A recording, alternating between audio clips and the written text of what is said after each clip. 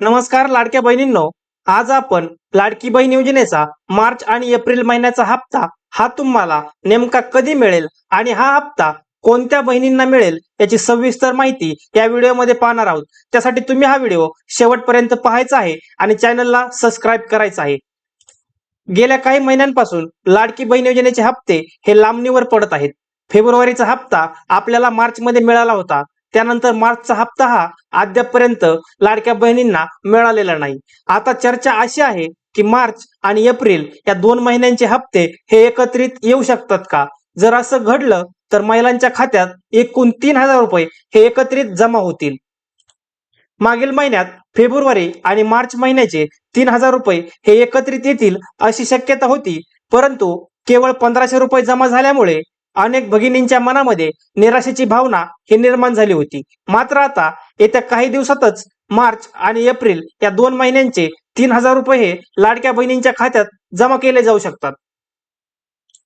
आता सर्वात महत्त्वाचा प्रश्न म्हणजे हा पैसे कोणाला मिळतील? हे 3,000 रुपये नेमकं कोणत्या लाडक्या बहिणींना मिळतील? कारण या योजनेमधून अनेक महिलांचे अर्ज हे बाद करण्यात आले आहेत। मिळालेल्या माहितीनुसार जवळपास 72 लाख महिलांचे अर्ज हे बाद झाले आहेत। यामध्ये काही महिला अपात्र ठरल्या आहेत, तर काही ई-केवायसी पूर्ण केली नाही म्हणून त्यांना अपात्र केलेलं आहे। त्यामुळे या 72 लाख महिलांना इथून पुढे लाडकी बहीण योजनेचे 1,500 रुपये हे मिळणार नाहीत। ज्या महिलांनी कुठलीही चूक न करता ई-केवायसी पूर्ण केली आहे आणि ज्या महिलांनी लाडकी बहीण योजनेच्या निकषामध्ये येतात अशा लाडक्या बहिणींचा हा हप्ता इथून पुढे सुरू राहणार आहे। आता ई-केवायसी बद्दलचा सर्वात महत्त्वाचा निर्णय पाहू। शासनाने ई-केवायसी ची मुदत तिसऱ्यांदा वाढवली आहे। ज्या महिलांकडून ई-केवायसी करताना चुका झाल्या होत्या त्या आता 30 एप्रिल पर्यंत ई-केवायसी मधील चुका ह्या दुरुस्त करू शकतात। ज्या महिलांच्या अर्जात किंवा ई-केवायसी मध्ये काही चूक झाली असेल तर त्यांच्याकडे ही चूक दुरुस्त करण्यासाठी 30 एप्रिल ही शेवटची संधी असणार आहे। म्हणजेच 30 एप्रिलच्या अगोदर तुम्हाला तुमच्या ई-केवायसी मध्ये झालेल्या चुका ह्या दुरुस्त करून घ्यायच्या आहेत। अन्यथा तुम्ही ई-केवायसी मधील चुका दुरुस्त केल्या नाही तर तुमचा हा लाभ इथून पुढे कायमचा बंद होणार आहे आणि ई-केवायसी मध्ये चुका दुरुस्त केल्या तरच तुम्हाला हा लाभ इथून पुढे सुरू राहणार आहे।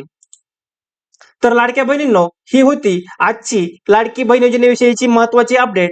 मार्च आणि एप्रिलचे पैसे एकत्र मिळण्याबद्दलची अधिकृत माहिती येताच आपण पुन्हा अपडेट घेऊ।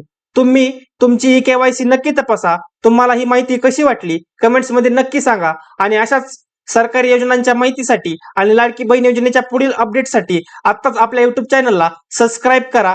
धन्यवाद।